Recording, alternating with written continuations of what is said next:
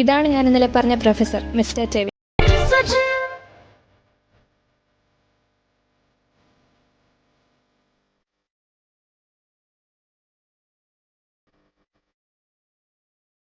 Hello Tevin. പിന്നെ Tevin, ഇത് hobby and Jimin.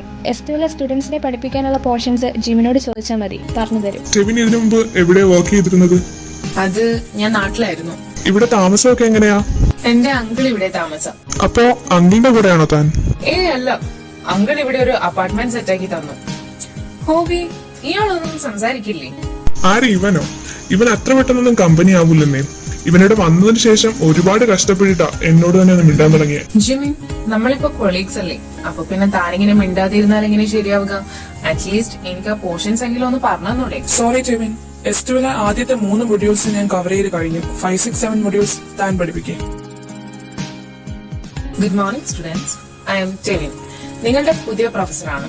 Biochemistry 5, 6, 7 modules പഠിപ്പിക്കുന്നത് ഞാനായിരിക്കും. സിലബസ് നിങ്ങളൊന്ന് നോട്ട് ചെയ്തോ. നമുക്ക് നാളെ തൊട്ട് പഠിച്ചു തുടങ്ങാം. പിന്നെ നിങ്ങളെ എല്ലാവരെയും കൂടി ഇപ്പൊ പരിചയപ്പെട്ടാലും ഞാൻ ഓർത്തിരിക്കില്ല. സോ നമുക്ക് വഴിയെ പരിചയപ്പെടാം. എനിക്കിപ്പോഴാണ് ഒന്ന് സമാധാനമായത്. ഇനി ആ ജിമ്മി സാർ ഒറ്റയ്ക്കലുള്ള പോർഷൻസ് പഠിപ്പിച്ചു തീർക്കുന്നത് കണ്ടിട്ട് ഇയാൾ അങ്ങനെ പോലെ എത്ര ടെററിലെന്ന് തോന്നുന്നു.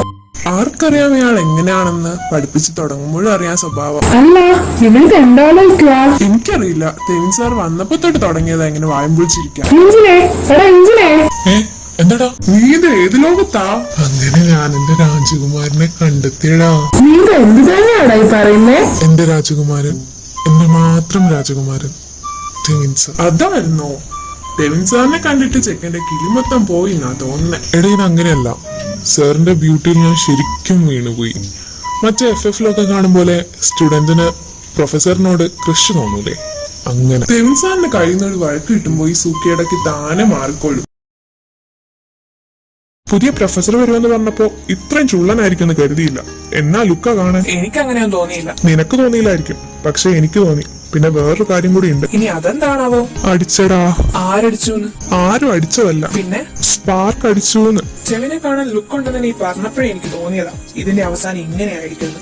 ഇനിയിപ്പോ അവൻ സിംഗിൾ അല്ലെങ്കിൽ നീ എന്നാ ചെയ്യും? കണ്ടിട്ട് സിംഗിൾ ആണെന്നാ തോന്നുന്നത്. എന്തായാലും ചെവിൻ എനിക്കുള്ളതാ. ഞാൻ അവനെ വിളിച്ച് കുപ്പിയിലാക്കും. നീ ചെന്ന് വളയ്ക്കുമ്പോഴത്തേക്കും കുപ്പിയിൽ കയറത്തില്ല നിൽക്കുമല്ലോ. അതൊക്കെ ഞാൻ നോക്കിക്കോളാം. എനിക്ക് സ്പാർക്ക് അടിച്ച കാര്യം പറഞ്ഞപ്പോ തൊട്ട് തുടങ്ങിയതാണല്ലോ നീ ഇങ്ങനെ നെഗറ്റീവ് അടിക്കാൻ. എന്താ, നിനക്ക് അവനോട് സ്പാർക്ക് അടിച്ചോ? ആർക്ക്? എനിക്കോ? ഞാൻ അവനോട് നേരെ ഒന്ന് മിണ്ടിയിട്ട് കൂടിയില്ല. പിന്നെ അല്ലേ സ്പാർക്ക്. അങ്ങനെ വരില്ലെന്നറിയാം, എന്നാലും ഒന്ന് ചോദിച്ചേ ഉള്ളൂ. മോനെ ജിമിനെ, നീ അവിടെ ഒന്ന് നിന്നേ. എന്താ പപ്പ? എടാ മോനെ, ഇത്രയും നാളായില്ലേ, ഇനിയെങ്കിലും നിനക്ക് നാട്ടിലേക്കൊന്ന് തിരിച്ചു പോയിക്കൂടെ? പപ്പയ്ക്ക് എല്ലാം അറിയാവുന്നതല്ലേ? നീ കണ്ടതും കേട്ടതും ഒന്നല്ല മോനെ സത്യം. നീ അറിയാത്തതായിട്ട് പലതും ഉണ്ട്. സ്നേഹിക്കാൻ മാത്രം അറിയാവുന്ന ഒരു പാവം നിനക്കായി അവിടെ കാത്തിരിപ്പുണ്ട്, നിന്റെ വരവും കാത്ത്. ഇനിയോ പാവത്തിന് നീ വേദനിപ്പിക്കരുത്. ഓ, അപ്പൊ ഞാൻ കരഞ്ഞതും വേദനിച്ചതൊന്നും ഒന്നും അല്ലെന്നാണ് പപ്പ പറയുന്നത്? അങ്ങനെയല്ല മോനെ. വേണ്ട പപ്പ, ആ ചാപ്റ്റർ ഞാൻ അവിടെ തന്നെ ക്ലോസ് ചെയ്തിട്ടാണ് ഇങ്ങോട്ട് പോകുന്നത്. ഇനി അതിനെ കുറിച്ച് സംസാരം ഇവിടെ വേണ്ട.